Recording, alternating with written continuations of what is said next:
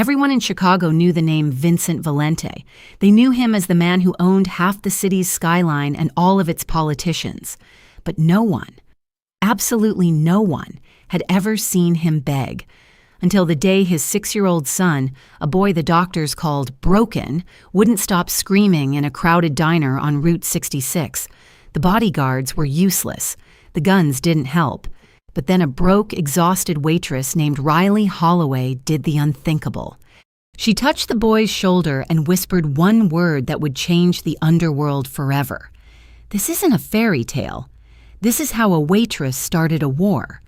The screaming wasn't just loud, it was physical. It vibrated through the grease-stained linoleum floors of the Rusty Spoon, a diner on the outskirts of Cicero that smelled perpetually of burnt coffee and regret. The lunch rush hadn't started yet, but the tension was already thick enough to choke on. In the corner booth, the one usually reserved for the local truckers, sat a boy. He looked about 6 years old, dressed in a miniature Armani suit that cost more than Riley Holloway made in a year. His hands were clamped over his ears, his eyes squeezed shut, and he was letting out a high-pitched, rhythmic shriek that sounded like a wounded animal. Standing around him were 3 men who looked like they had been carved out of granite. They wore earpieces and bulky jackets that poorly concealed the heavy artillery underneath. They looked terrified, not of an attacker, but of the boy. "Nico, please," one of the guards, a man Riley knew only as Marco from previous visits, pleaded. "Your father is going to be here soon. You have to stop." "Scream." "Get him water," another guard barked. I tried, he threw it. Riley adjusted her apron, wiping a smudge of ketchup off the front. She was 26, but her eyes looked 50. Between the double shifts here and the night classes at Pierce Nursing School, she was running on fumes and caffeine. But she knew that scream. She didn't hear a brat. She heard pain. The manager, a sweating man named Harold, was cowering behind the counter. "Riley, don't go over there," he hissed. "You know who that kid belongs to. That's Vincent Valente's kid. If you look at him wrong, we all end up in the Chicago River." Vincent Valente, the capo, the ghost story Chicago parents told their kids. They said he cut the tongue out of a district attorney's mouth last year. Riley ignored Harold. She grabbed a clean napkin and a glass of ice. Not water, just ice. She walked past the "Do Not Seat" sign and approached the booth. Marco stepped in front of her, his hand twitching toward his waistband. "Back off, waitress. Private party." "He's overheating," Riley said, her voice flat and calm. She didn't look at the guard, she looked at the boy. "Look at his neck. He's flushed. The sensory input in here is too high, the neon sign buzzing above him. It's hurting him." The guard blinked. "What?" Riley didn't wait. She sidestepped the 250-pound man and reached up, unscrewing the bulb of the flickering neon beer sign directly above the table. The buzzing stopped. The light died. The screaming hitched, then lowered to a whimper. The boy, Nico, rocked back and forth, gasping for air. He was still panicked, his eyes darting around the room like he was hallucinating demons. Riley knelt down. She didn't touch him. She knew better than to touch a child in that state without permission. Instead, she placed the cup of ice on the table and started creating a rhythm. Tap, tap, slide with her fingernails on the Formica table. Tap, tap, slide. Nico stopped rocking. He opened his eyes. They were gray, storm cloud gray, terrified and wet. He looked at her hand. "It's loud in here, isn't it?" Riley whispered. She didn't use a baby voice. She spoke to him like an adult. "The world is too loud." Nico stared at her. His chest was heaving. Riley leaned in closer, dropping her voice so low the guards couldn't hear. She saw the way the boy looked at her, not with recognition, but with a desperate need for an anchor. Instinct took over. It was the same instinct that made her protect her younger sister years ago. "It's okay," she breathed, locking eyes with him. "It's okay, son." The word hung in the air. It wasn't a word she used for customers. It slipped out, a relic of a past life she tried to forget.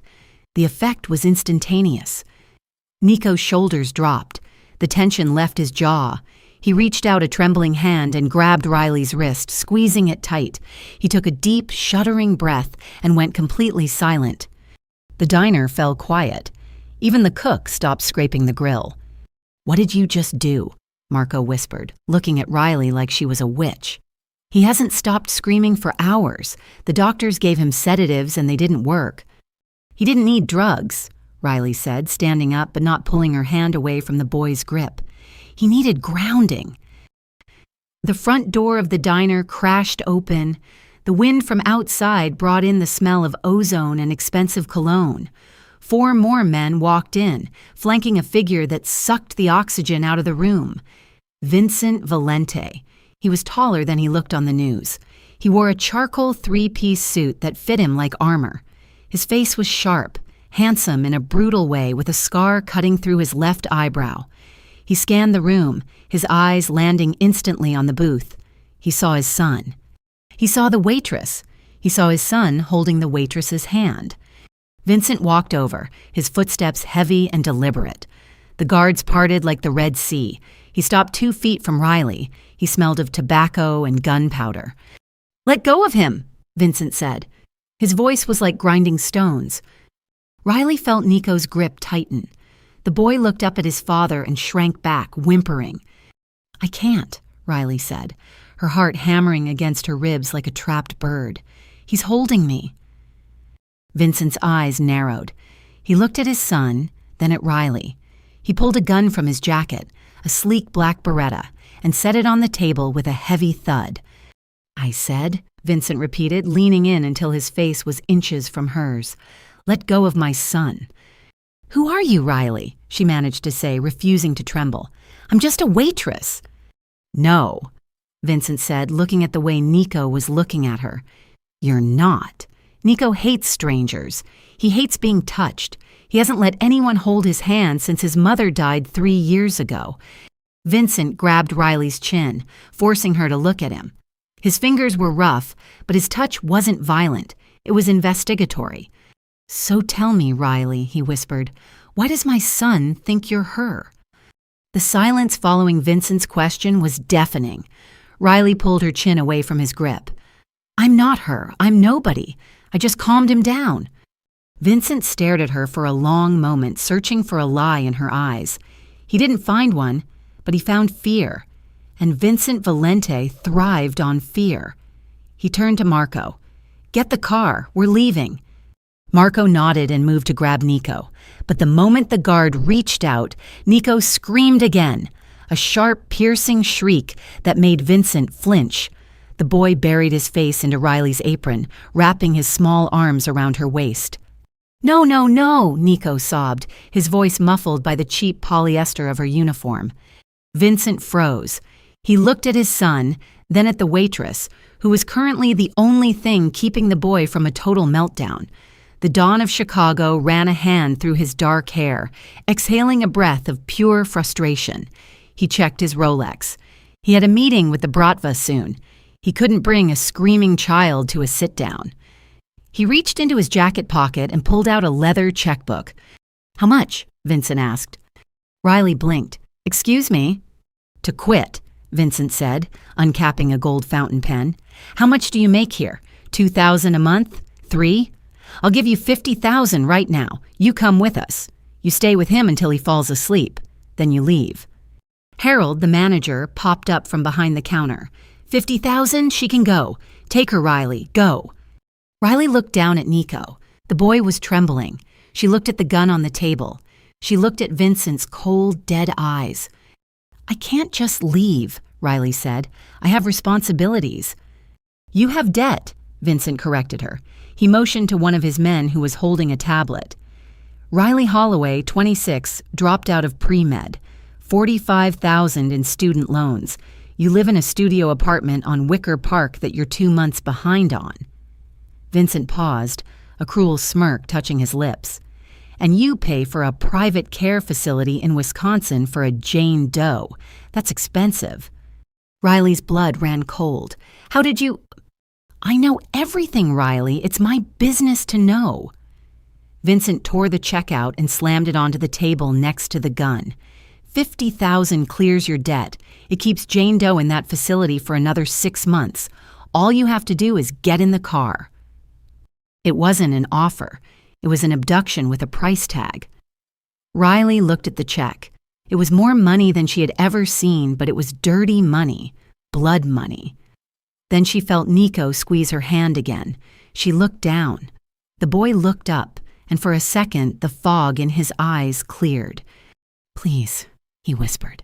It was the first word he had spoken clearly. Riley closed her eyes. She thought of her sister in the facility, hooked up to machines that cost $500 a day. She thought of the eviction notice on her fridge. "Fine," Riley said, her voice shaking. "But I come back here tonight and I don't touch any guns." Vincent picked up his Beretta and holstered it. Deal. The ride to the Valente estate was silent. They rode in a convoy of 3 armored Mercedes SUVs. Riley sat in the back of the middle car, Nico asleep with his head on her lap. Vincent sat opposite them, typing on a secure BlackBerry, but Riley could feel his eyes on her every few seconds. They didn't drive to the city. They drove north toward Lake Forest. The Valente estate wasn't a house. It was a fortress. 12-foot stone walls, cameras every 10 yards, and armed patrols with German shepherds at the gate. When the car stopped, Vincent opened the door. "Bring him inside. 3rd floor, the blue room." Riley carried Nico inside. He was heavy, dead weight in his sleep. She marveled at how a man as dangerous as Vincent could have a house so beautiful. Marble floors, Renaissance paintings, crystal chandeliers. But it felt cold. It felt like a museum, not a home. She laid Nico down in a bed shaped like a race car. The room was filled with toys, expensive ones, drones, limited edition action figures, a massive train set, but they were all still in their boxes, unopened. "He doesn't play with them," Vincent's voice came from the doorway. Riley jumped. She hadn't heard him enter. He had taken off his jacket and rolled up his sleeves, revealing tattoos that ran up his forearms, scars of old wars. "He doesn't know how to play," Vincent said, walking into the room. He looked at his sleeping son with a mixture of love and disgust. The doctors say he's on the spectrum. Some say it's PTSD from the night his mother was killed. He watched it happen, you know. Riley felt a chill. "I'm sorry." "I don't need your pity, Miss Holloway. I need results." Vincent walked to the window, looking out at the sprawling grounds. "You did something today. You said a word, son." "Why that word?" Riley stiffened. "It's just a word." "My wife," Vincent said, his back to her, "Sophia, she was Italian, but she wanted Nico to be American. She refused to call him Figlio. She always called him son in that exact tone you used." He turned around slowly. The predator was back in his eyes. "Sophia is dead, Riley. I buried her. I saw the body." He took a step toward her. "So tell me, why does a waitress from Cicero have the exact same inflection as a dead woman? Who sent you? The Rossi family?" "Nobody sent me," Riley backed up against the wall. "I told you, I was just working." "We'll see." Vincent pulled a phone from his pocket. "I ran your fingerprints while we were in the car. You have no criminal record, no passport. You don't exist before 2018, Riley. That's strange for a medical student." Riley's heart stopped. He had dug too deep. I changed my name to get away from an abusive ex." "Liar," Vincent said softly. He stepped closer, boxing her in. "You're hiding something, and I'm going to find out what it is. But right now, my son is sleeping for the first time in a week without medication. So here's the new deal." He reached into his pocket and pulled out a key card. "You don't go back to the diner. You live here. You are Nico's new nanny. I will pay you $10,000 a week. You will have full access to the medical wing for your Jane Doe. But you do not leave this property without my permission. And if I find out you are working for my enemies," he leaned down, whispering in her ear, "I will bury you in the same plot as my wife." Riley wanted to run. Every instinct screamed at her to run. But she looked at Nico sleeping peacefully, and she thought of the safety of the fortress. If she stayed here, The man she was actually running from, the man from her past before 2018, couldn't find her. Vincent Valente was a monster, but he was a monster who could kill other monsters. $10,000 a week? Riley asked, her voice trembling. Cash? Cash, Vincent said. Riley took a breath. I need a lock on my bedroom door, and you don't touch me. Vincent laughed. It was a dark, dry sound. I don't touch the help, Riley. You're safe from me, unless you lie. Then I accept. Vincent nodded. Good. Welcome to the family, Riley. He turned to leave, but stopped at the door. Oh, and Riley, tonight is the gala. You need to look the part. There is a dress on your bed in the guest room. Put it on. You're accompanying me. I'm the nanny, not your date, Riley protested. Tonight, Vincent said, looking back with a glint in his eye, you are whatever I say you are, and tonight I need a distraction. You're it.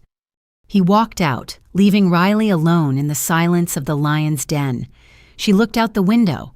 The gates were closing. She was trapped. But for the first time in years, she wasn't the one being hunted. She was in the castle of the king. She just hoped the king didn't find out that the Jane Doe in the hospital wasn't her sister.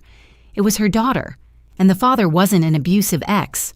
The father was Vincent's worst enemy, Antonio Rossi. The dress was a weapon. It was emerald green silk, backless, with a slit that ran dangerously high up her left thigh. It cost $12,000, more than Riley had spent on food in the last 5 years combined. Riley stood in front of the floor-to-ceiling mirror in the guest suite. She didn't recognize herself. The exhausted waitress with the ketchup stains was gone. In her place was a woman who looked like she belonged in Vincent Valente's world. But Riley knew the truth. This was camouflage. She touched the small hidden pocket sewn into the lining of the clutch purse Vincent had provided. Inside was a burner phone she had managed to swipe from the kitchen staff earlier that afternoon. She had sent one text to the facility in Wisconsin. I'm safe. Keep her hidden. Payment coming. You clean up well. Riley spun around. Vincent was leaning against the doorframe. He was wearing a tuxedo that fit his broad shoulders perfectly, his dark hair slicked back. He looked devastatingly handsome and utterly lethal. I feel like a prop, Riley said, her voice steady despite her racing heart.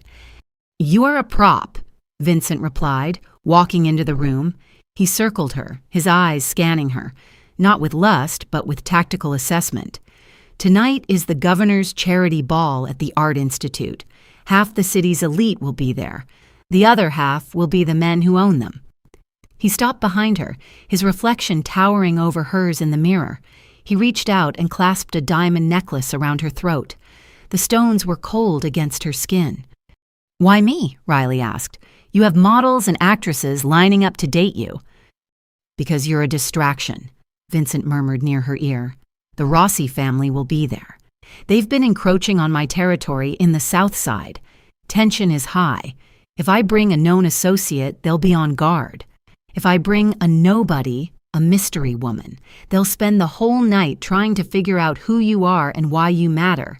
It buys me time to move my pieces. Riley felt a chill. She was the mystery woman.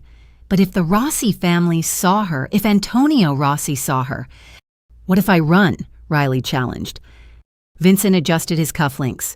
My men are stationed at every exit. And remember, Riley, I know where the money needs to go. You run, the checks stop clearing for Jane Doe. He offered his arm. Shall we? Try to smile. You're supposed to be in love. The drive to downtown Chicago was a blur of city lights and rain. When the limousine pulled up to the Art Institute on Michigan Avenue, the paparazzi flashbulbs were blinding. Vincent stepped out first, buttoning his jacket. He turned and offered a hand to Riley. As she stepped out, the flashes erupted like strobe lights. Riley instinctively lowered her chin, shielding her face, but Vincent's grip on her hand tightened. Head up, he hissed through a smile. Own the room. They walked up the grand staircase, the red carpet damp with rain. Inside, the modern wing was transformed. A string quartet played softly, drowning out the murmur of deals being made in the corners. Waiters with silver trays navigated through a sea of politicians, judges, and mobsters. Riley felt exposed. Every pair of eyes felt like a target. "Drink," Vincent said, handing her a glass of champagne. "Don't gulp." They moved through the crowd. Vincent was magnetic. Men shook his hand with deference. Women looked at him with hunger. Riley played her part, nodding politely, laughing at unfunny jokes, all while scanning the room for the one face she prayed she wouldn't see. And then she saw him. Not Antonio. He was too old, too cautious to attend these public events. But standing near the bar, swirling a glass of scotch, was Lorenzo Bianchi. Riley's breath hitched. Lorenzo was the Rossi family's fixer. He was the man who cleaned up the bodies. 5 years ago, he had come to her apartment looking for the leakage, the child. Riley had barely escaped through a fire escape. Lorenzo was laughing with a city councilman, but his eyes were scanning the room like a shark. His gaze swept over the crowd, over Vincent, and then landed on Riley. He paused. Riley froze. She felt the blood drain from her face. Lorenzo frowned, tilting his head slightly. He didn't recognize the glamorous woman in the emerald dress immediately, but he recognized something.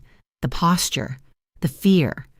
"We need to move," Riley whispered to Vincent, clutching his arm tight enough to bruise.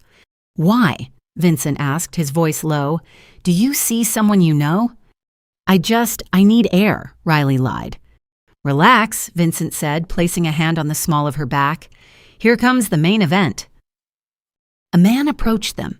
He was short, balding, with a smile that didn't reach his eyes.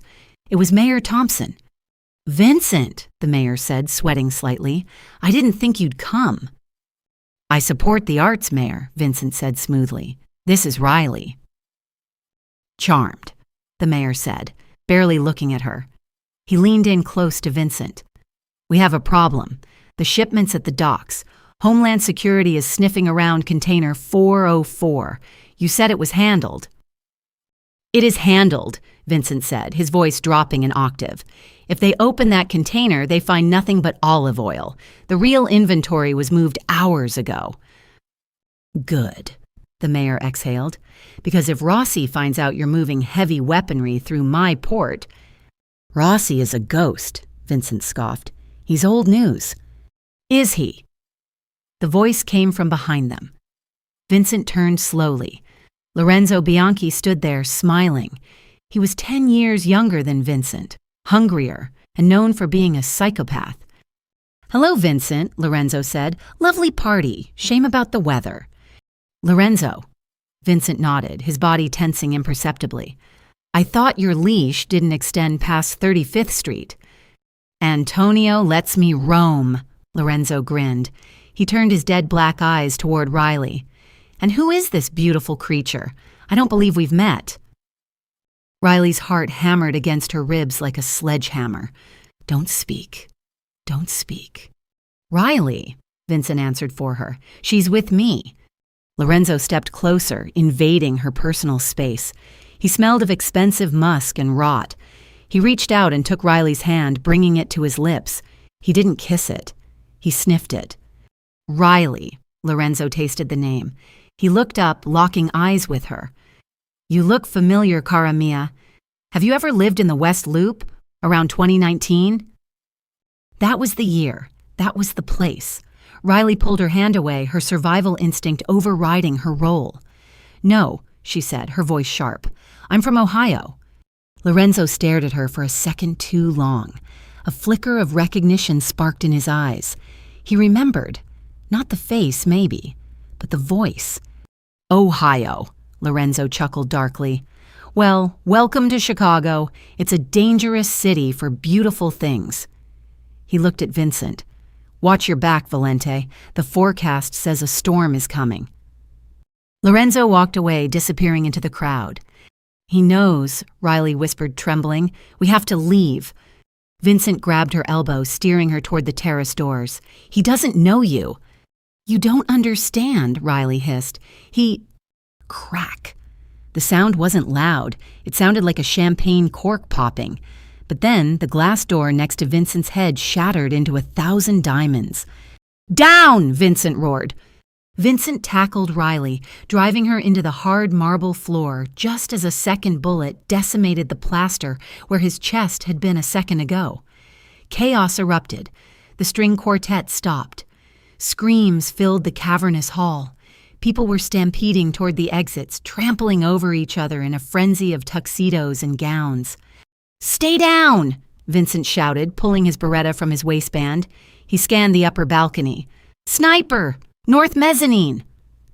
His bodyguards, who had been blending into the crowd, materialized, forming a protective circle around them. But the shooter had the high ground.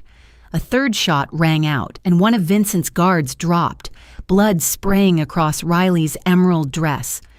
"Move! Kitchen exit, now!" Vincent commanded. He grabbed Riley's hand, and they ran. They scrambled through the catering doors, bursting into the stainless steel labyrinth of the hotel kitchen. Cooks were diving under tables. Pots and pans crashed to the floor. "Marco, secure the alley!" Vincent barked into his earpiece. They reached the loading dock exit. Vincent kicked the door open, leading with his gun. The alley was dark, rain pouring down in sheets. "Car! Where is the damn car?" Vincent yelled. Suddenly, a black van screeched around the corner, but it wasn't Vincent's. The side door slid open, and two men in ski masks opened fire with submachine guns. Ambush! Vincent shoved Riley behind a dumpster, taking cover as bullets chewed up the brickwork above their heads. He returned fire, his shots precise. He dropped the driver, causing the van to swerve and crash into a utility pole. But in the exchange, Vincent jerked violently. He groaned, sliding down the wet wall of the alley, his hand clutching his right thigh. "Vincent!" Riley crawled over to him. The shooting stopped. The attackers in the van were either dead or unconscious from the crash. Vincent's other guards were engaging a second vehicle at the end of the block. For a moment, they were alone in the rain. "I'm fine," Vincent gritted out, his face pale. "Just a graze." Riley looked at his leg. Dark arterial blood was pulsing out of his thigh in rhythmic spurts. "That's not a graze," Riley said, her voice shifting instantly. The terrified girl from the party was gone. The medical student took over. "You hit the femoral artery. You'll bleed out soon." "Leave me," Vincent gasped, trying to reload his gun with shaking hands. "Get out of here."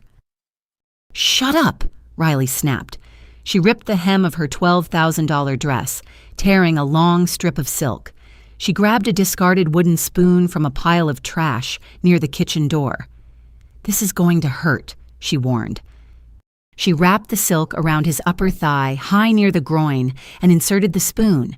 She twisted it once, twice, tightening the makeshift tourniquet until the silk dug into his flesh. Vincent roared in pain, his head banging back against the brick wall. "Putana, what are you—" "Saving your life," Riley yelled over the rain. She twisted it again, locking the spoon in place against the fabric. The spurting blood slowed to a trickle, then stopped. She didn't stop there. She checked his pupils, dilated, shock setting in. She grabbed his face, slapping him lightly. "Stay with me, Valente. Look at me. What is your son's name?" "Nico," Vincent wheezed, staring at her with wide, bewildered eyes. "His name is Nico."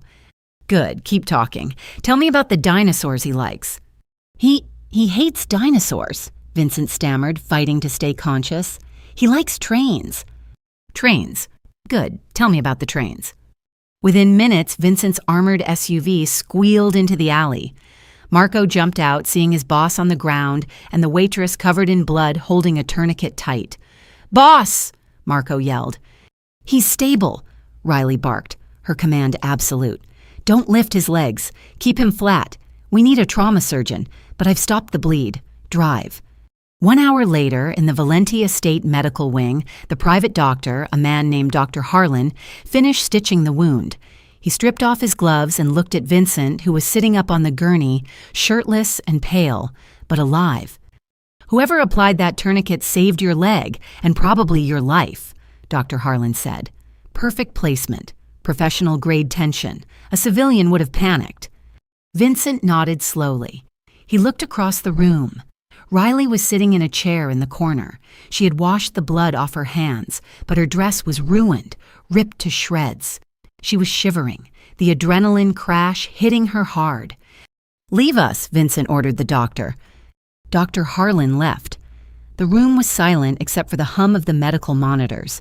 Vincent swung his legs off the bed, ignoring the pain. He limped over to Riley. He looked at her, not as a waitress, and not as a date. He looked at her as a puzzle he had just solved. "Who are you?" Vincent asked, his voice low and dangerous. Riley looked up. "I told you, I was a nursing student." "Nursing students learn to check blood pressure," Vincent said, leaning down. "They don't know how to fashion a combat tourniquet in seconds under automatic fire, and they certainly don't maintain tactical awareness in an ambush. You moved before I even saw the shooter." He grabbed her wrist, pulling her to her feet. The intimacy was gone. This was an interrogation. "You're a sleeper agent," Vincent accused. "Rossi sent you. That's why Lorenzo recognized you. You were planted at the diner." "No!" Riley cried, tears finally spilling over. "I saved you. If I wanted you dead, I would have let you bleed out in the alley."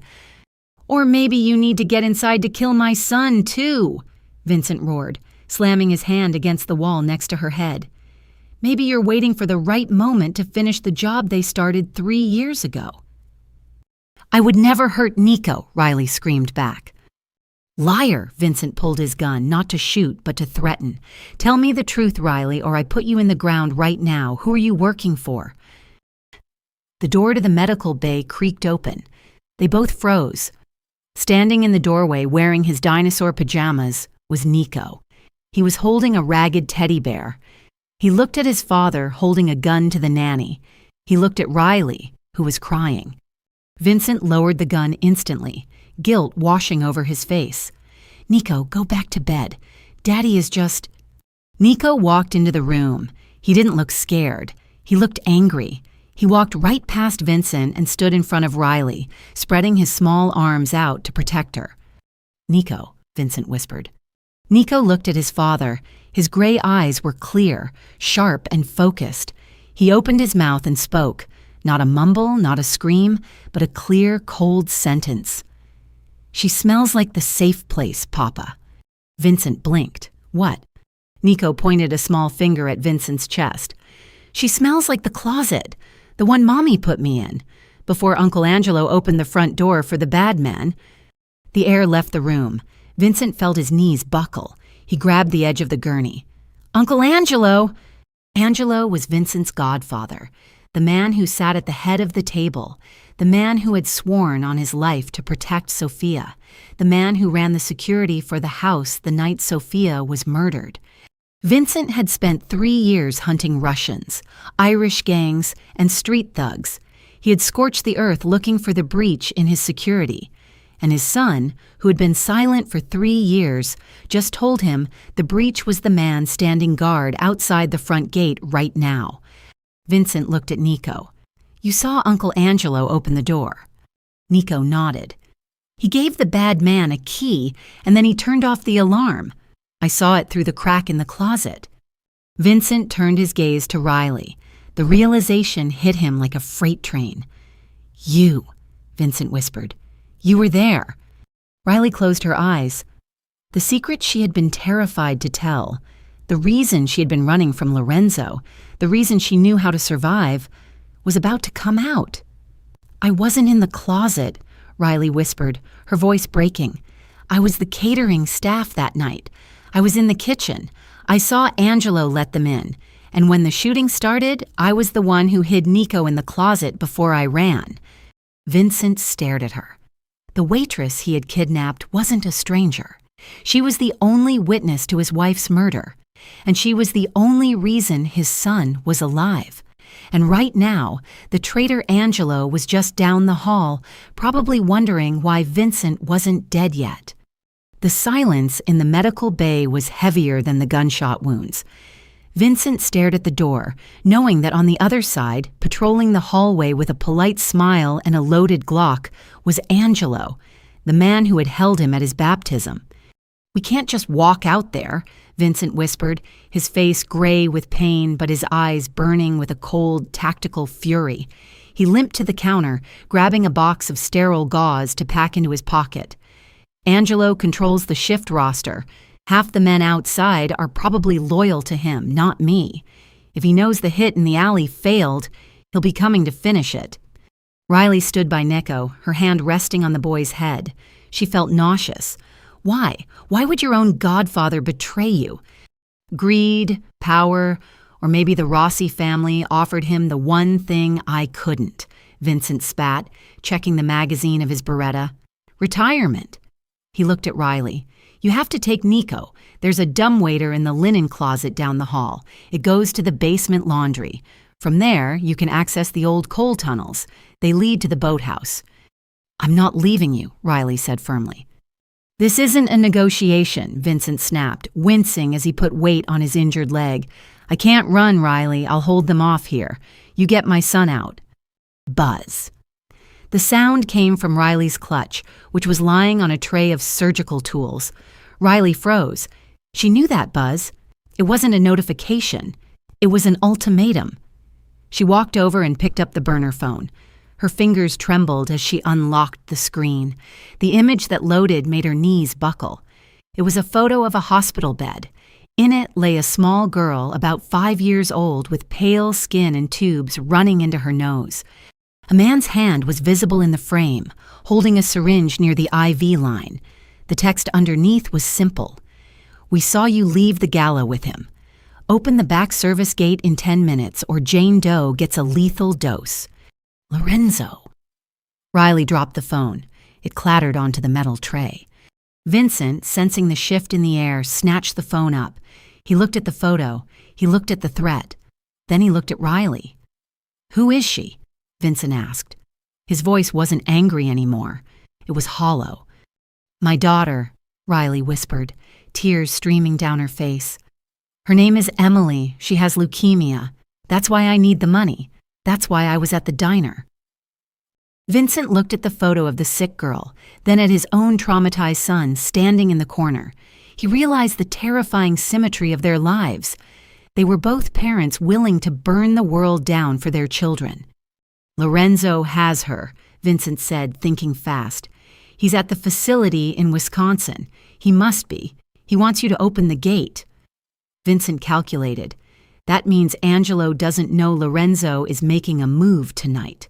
They aren't coordinating perfectly. That's our opening. Vincent grabbed Riley's shoulders. "Listen to me closely. If you open that gate, Lorenzo kills us all. Me, Nico, and then he kills your daughter because she's a loose end. You know that." Riley sobbed. "He has a syringe, Vincent. What choice do I have?" "You have me," Vincent said. He pulled her close, forcing her to look into his eyes. "I am the devil, Riley. You know the stories. You know what I do to people who touch what is mine." He pressed the phone back into her hand. "Text him back. Tell him you'll do it. Buy us 10 minutes. "And then what?" "Then," Vincent said, racking the slide of his gun, "we remind Angelo why he should have killed me when I was a child." 10 minutes later, the hallway. The plan was madness. It relied on trust between two people who had every reason to hate each other. Riley stepped out into the hallway. It was dimly lit. The storm outside was raging, thunder rattling the window panes. "Miss Holloway!" Riley jumped. Angelo stood at the end of the hall. He was an older man, silver-haired, with a grandfatherly face that masked a rot within. He held a suppressed pistol at his side, casual like a rolled-up newspaper. "Angelo!" Riley said, her voice shaking. She held up her hands. "Vincent, he's passed out, the blood loss. He needs a transfusion." Angelo's eyes flickered. He smiled a sad, pitying smile. A shame. He was a strong boy, but stubborn. He walked toward her, signaling 2 other guards, mercenaries Riley didn't recognize, to follow him. "Step aside, my dear," Angelo said. "I'll go check on him." "He said," Riley stammered, backing up toward the open door of the medical bay. "He said you were the only one he trusted." Angelo paused. For a second, A shadow of guilt crossed his face, but it vanished, replaced by resolve. I am doing this for the family. The Valente have become weak. Too many morals. Business requires flexibility. He reached the door. He pushed it open with his foot, raising his weapon. The room was dark. The gurney was empty. "Clear the room!" Angelo barked to his men. The two mercenaries rushed in, scanning the corners. "Where is he?" Angelo spun around to grab Riley, but she was already moving. Riley slammed her hand onto the code blue emergency panel on the wall. In a modern hospital, a code blue triggers an alarm.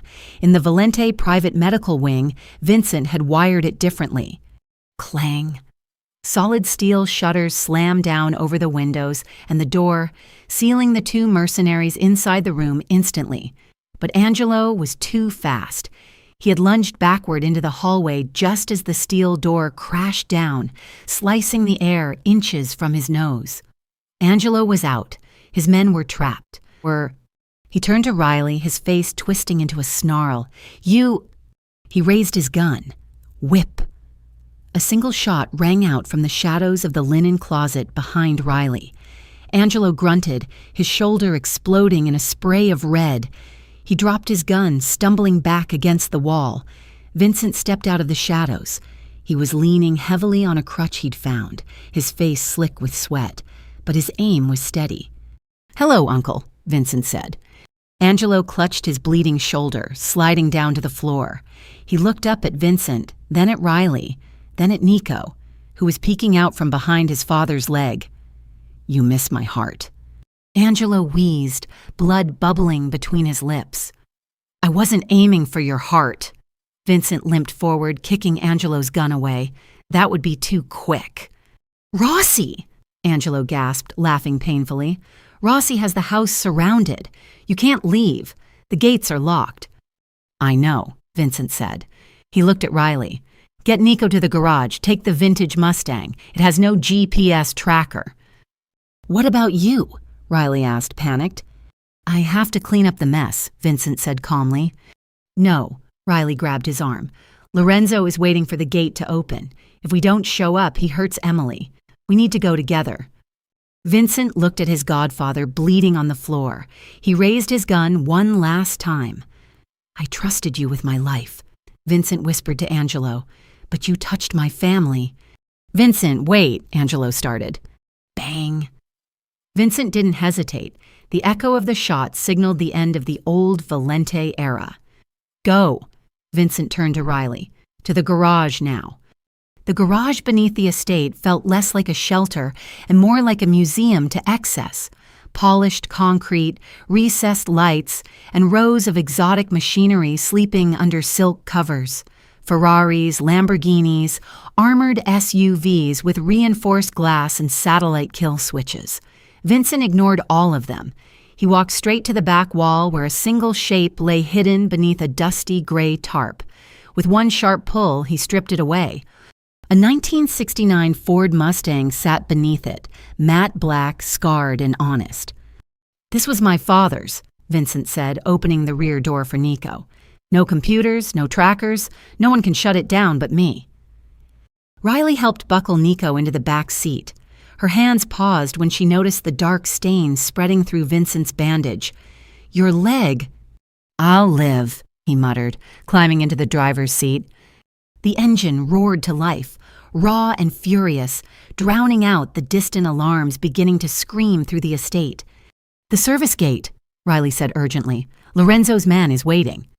Vincent shifted into gear, his jaw set. "We're not using the service gate." "What do you mean? We're going through the front." She barely had time to gasp before Vincent slammed the accelerator. The Mustang screamed across the garage floor, tires smoking, bursting into the open driveway. Ahead, the wrought iron gates were sealed shut. Two black SUVs blocked the exit. Men with rifles were already taking cover. "Get down," Vincent shouted. He didn't aim for the gate. He aimed 5 yards left, straight at the brick perimeter wall, overgrown with ivy. Riley screamed and shielded Nico's head. The impact was thunderous. What looked like solid masonry exploded outward, revealing a disguised construction exit beneath the ivy. The Mustang punched through, went airborne for a terrifying heartbeat, and slammed down onto the wet embankment beyond. They skidded onto the main road as gunfire erupted behind them, bullets ringing off the trunk. Vincent floored it. "Call him." "Who, Lorenzo, now?" Riley fumbled with her phone, hands shaking. Lorenzo answered on the second ring. "Quite the spectacle up there," he said smoothly. "Did you enjoy my hospitality?" "We have Nico," Riley screamed. "We're coming. Don't touch her." A pause. Then, "Pier 18, 20 minutes. If I see police, the girl dies." The line went dead. Vincent ran a red light, swerving around a truck. "Pier 18, he said grimly. "Rossi territory." "He'll kill us anyway," Riley whispered, "once he has Nico." "I know." Vincent glanced into the rearview mirror. Nico wasn't crying. He was staring out at the city lights, clutching the seat. "Nico," Vincent said softly, "I need you to be brave." Nico nodded once. Vincent looked at Riley. "Can you shoot?" She stared at the gun on the console. "I've never held one." "You're a nurse," Vincent said. "You know anatomy.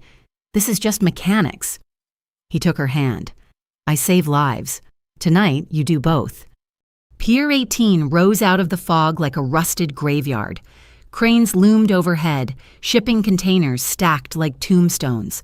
The rain had stopped, leaving the air thick and cold. Vincent parked beneath a crane. "Here's the plan," he said. "I walk out with Nico. You stay—" "No, they want the air. I'm a bonus. You're leverage until they're not." He checked his weapon.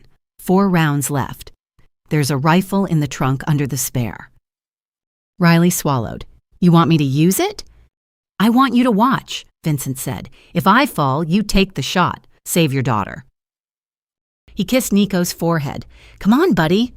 Riley watched them step into the floodlights, a limping man in a torn tuxedo holding the hand of a small boy in dinosaur pajamas. Her chest broke open. She tore open the trunk, found the rifle, and assembled it with shaking hands, skin splitting on sharp edges. She dragged it to the hood and peered through the scope. Vincent and Nico stood alone. Lorenzo waited 20 yards away, flanked by 6 men, and behind him, a wheelchair. Emily. Riley's breath hitched. Her baby looked impossibly small. "The boy!" Lorenzo shouted. "The girl first!" Vincent roared back. Lorenzo laughed and raised his gun to Emily's head.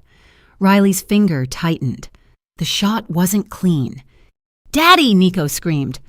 Vincent released Nico's hand. "Go," he said hoarsely. Nico walked forward, then he stopped. He reached into his pocket, pulled out the flashbang, pulled the pin, dropped it. Boom! White light, chaos, men stumbling and screaming. "Now!" Vincent shouted. Riley adjusted her aim, not at a man, but at the forklift behind them. 3 shots. The fuel tank ruptured.